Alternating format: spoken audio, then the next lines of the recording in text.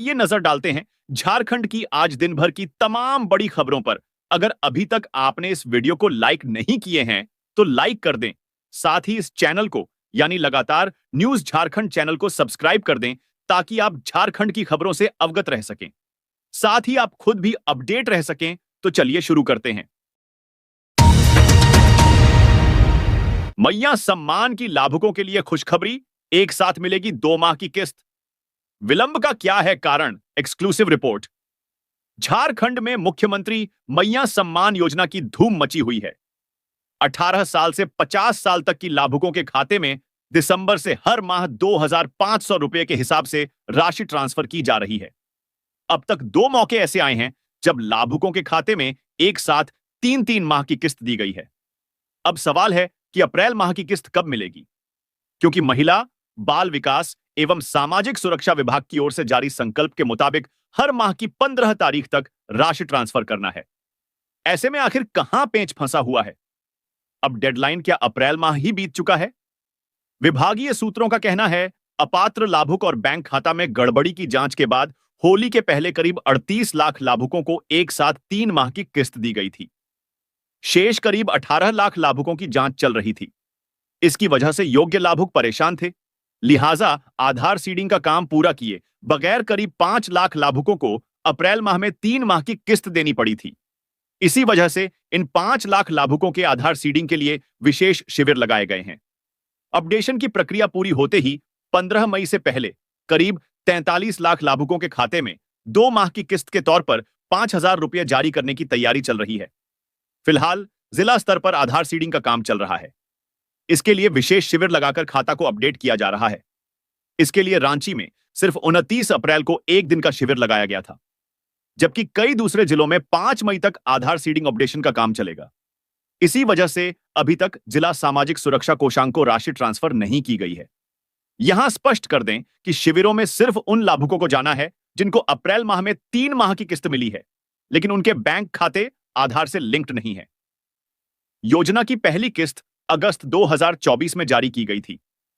तब लाभुकों को प्रति माह 1,000 रुपए मिलते थे, लेकिन चुनाव के ठीक पहले सरकार ने प्रति माह 2,500 रुपए देने की घोषणा कर दी। चुनाव परिणाम के बाद सीएम हेमंत ने अपने वादे को पूरा किया। उन्होंने 6 जनवरी 2025 को 56,61,791 लाभुकों के खाते में 2,500 रुपए की पहली किस्त जारी की थी। यह दिसंबर माह की किस्त थी। इसी दौरान यह बात सामने आई कि बड़ी संख्या में अपात्र लाभुक इसका लाभ ले रहे हैं।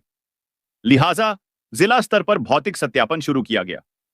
इस आधार पर होली के ठीक पहले करीब 38 लाख लाभुकों के खाते में जनवरी, फरवरी और मार्च की किस्त के तौर पर 7,500 रुपए के हिसाब से राशि ट्रांसफर की गई। लिहाजा करीब 18 लाख लाभुकों को राशि नहीं मिलने पर खूब विवाद हुआ। खुद सीएम को कहना पड़ा कि बड़ी संख्या में पुरुष भी इस योजना के लाभुक बने हुए थे।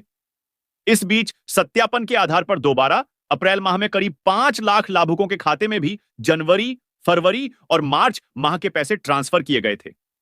इस लिहाज से कुल 43 लाख लाभुकों को एक साथ 3 माह की राशि ट्रांसफर हो चुकी है। शेष 13 लाख से ज्यादा लाभुकों का वेरिफिकेशन चल रहा है। पहली बार जनवरी में सीएम हेमंत सोरेन ने अपने चुनावी वादों के तहत मैया सम्मान की लाभुकों के खाते में 2,500 रुपए ट्रांसफर किए थे। लेकिन इस योजना का असली क्रेज दिखा मार्च माह में, क्योंकि होली के समय एक साथ जनवरी, फरवरी और मार्च माह की किस्त के तौर पर प्रति लाभुक 7,500 रुपए ट्रांसफर हुए। शेष लाभुकों को सरहुल के ठीक पहले 3 माह की किस्त मिली। इसी के बाद से खाता अपडेट कराने की होड़ मच गई। उसी वक्त स्पष्ट कर दिया गया था कि अब आगे से उन्हीं लाभुकों को राशि मिलेगी जिनके खाते आधार से लिंक्ड होंगे, लेकिन इसको अपडेट कराने की कोई मुकम्मल व्यवस्था नहीं हो पाई। लिहाजा विपक्ष ने सवाल उठाए तो सरकार ने जिला स्तर पर शिविर लगाने की व्यवस्था कर दी। पहली बार होली और सरहुल से ठीक पहले लाभुकों के खाते में जब एक मुश्त 7,500 रुपए पहुंचे तो त्योहारों का रंग और ज्यादा चटकदार हो गया। बाजारों में रौनक छा गई। ग्रामीण इलाकों में युवतियां और महिलाएं खूब शॉपिंग करती दिखीं। इस दौरान फेसबुक पर सास और बहू से जुड़े एक से बढ़कर एक रील्स चलने चले। साज श्रृंगार के सामान की बिक्री बढ़ गई। पहली बार जरूरतमंदों को अपने छोटे छोटे सपनों को पूरा करने का मौका मिला। हालांकि विपक्ष इस बात को जोर शोर से उठाता रहा है कि 50 साल से ज्यादा उम्र की महिलाओं को 1,000 रुपए की जगह 2,500 रुपए दिए जाने चाहिए, क्योंकि वे इसकी वाजिब हकदार हैं। फिलहाल एक बार फिर अगली किस्त को लेकर लाभुकों के बीच उमंग का माहौल है। तेलंगाना दौरे से लौटी शिल्पी नेहा तिर्की ने बताई रहस्य की बात, जिस वजह से तेलंगाना निकल गया विकास की द्वार में आगे। तेलंगाना के विभागीय दौरे से लौटी राज्य की कृषि पशुपालन मंत्री शिल्पी नेहा तिर्की ने अपने 3 दिवसीय दौरे के दौरान हैदराबाद में हुई विभागीय गतिविधियों की जानकारी दी।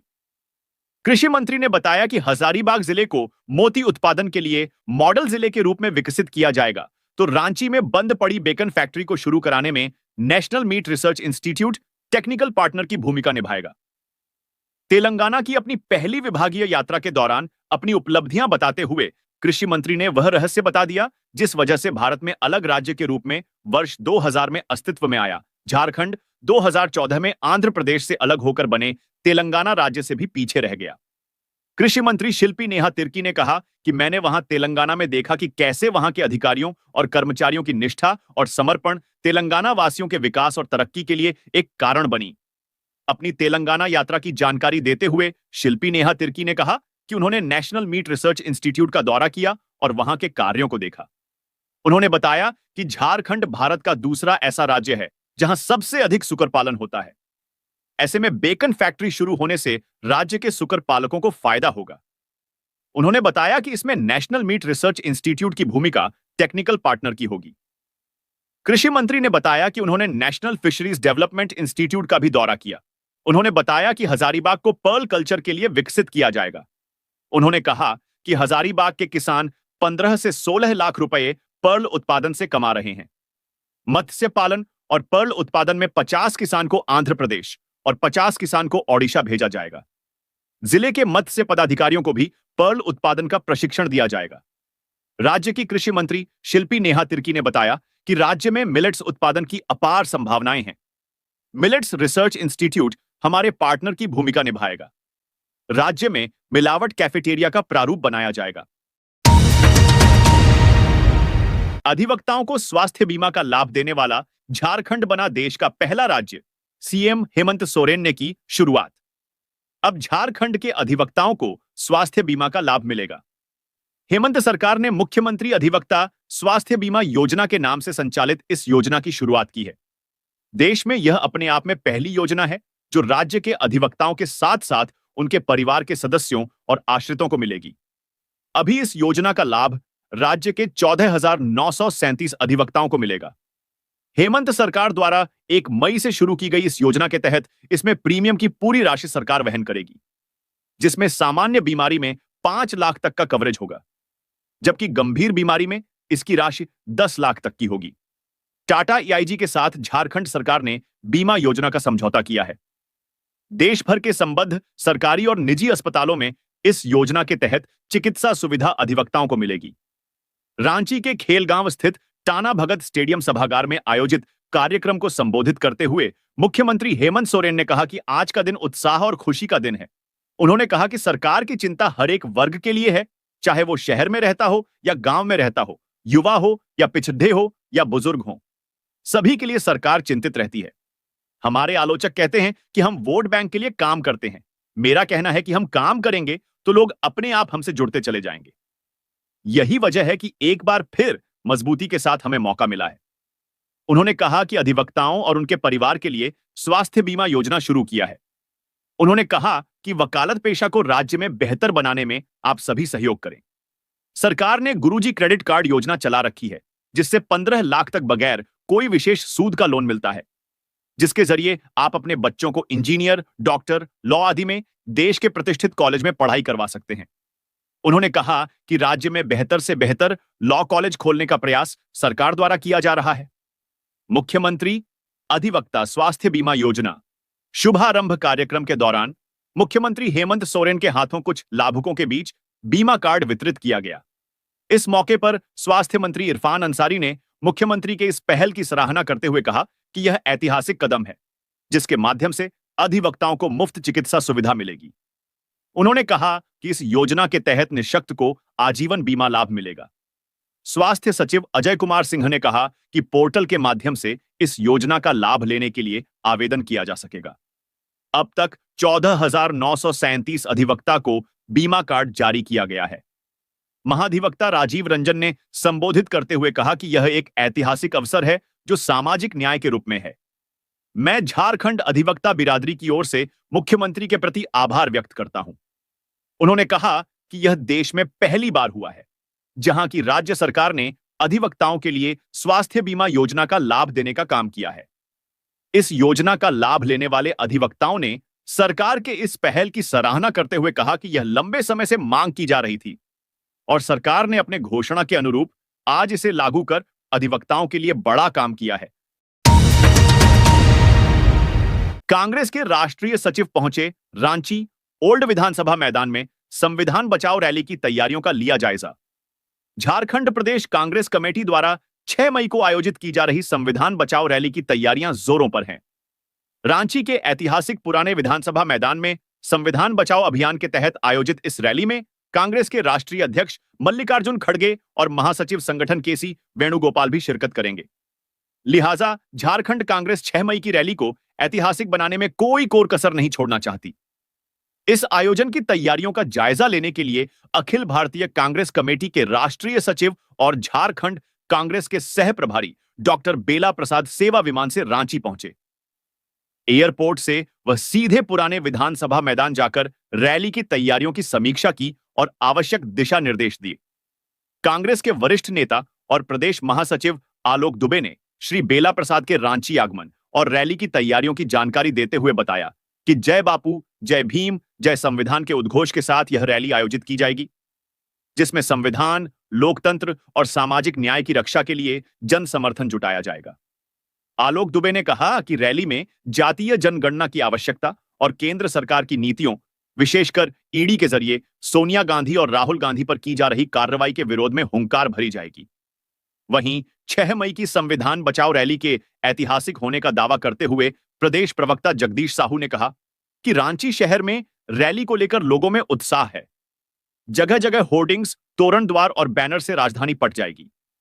उन्होंने कहा कि जिस तरह से उनके नेता राहुल गांधी ने ओबीसी समाज के हक की लड़ाई लड़ी और जातीय जनगणना के रूप में उसे मुकाम तक पहुंचाया है, उससे ओबीसी समाज में कांग्रेस की लोकप्रियता बढ़ी है। झारखंड प्रदेश कांग्रेस कमेटी के पदाधिकारी, कार्यकर्ता और समर्थकों में जोश आई है। झारखंड प्रदेश कांग्रेस कमेटी के अध्यक्ष केशव महतो कमलेश, वित्त मंत्री राधाकृष्ण किशोर, पूर्व प्रदेश अध्यक्ष प्रदीप कुमार बलमुचू, कार्यकारी अध्यक्ष बंधु तिर्की, पूर्व अध्यक्ष राजेश ठाकुर, कार्यकारी प्रदेश अध्यक्ष शहजादा अनवर, वरिष्ठ नेता आलोक कुमार दुबे, मुख्य प्रवक्ता लाल किशोर नाथ शाहदेव, झारखंड राज्य कृषि विपणन परिषद के अध्यक्ष रविंद्र सिंह, डॉक्टर कुमार राजा, झारखंड राज्य गौ सेवा आयोग के अध्यक्ष राजीव रंजन प्रसाद, राजेश कुमार सिन्हा, रियाज अंसारी, अमरिंदर सिंह, अभिलाष साहू, सतीश पाल मुंजनी भी शामिल थे।